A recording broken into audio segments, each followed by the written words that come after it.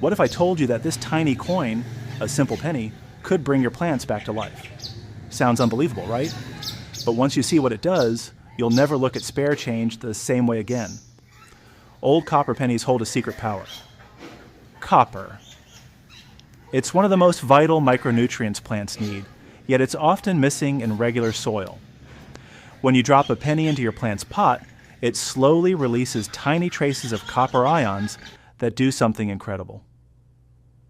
They strengthen stems, make leaves greener, and even protect your plant from harmful fungi and insects. It's like giving your plant a natural armor, all from a coin you probably ignore every day. Here's how you do it. Take an old penny and push it gently into the soil near your plant's base. For small pots, 1 penny is enough. For bigger ones, add 2. Over the next few weeks, watch how your plants grow stronger, shinier, and more vibrant.